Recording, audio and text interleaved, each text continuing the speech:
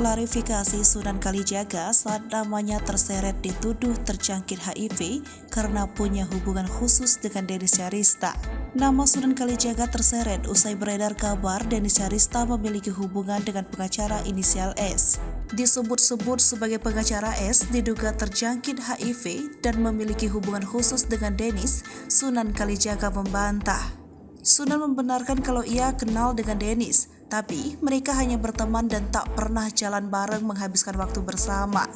Pengakuan Dennis diakui Sunan tak membuatnya merasa terganggu, sebab pengacara yang sering menangani perkara selebritas Indonesia itu tak punya hubungan lebih dari teman.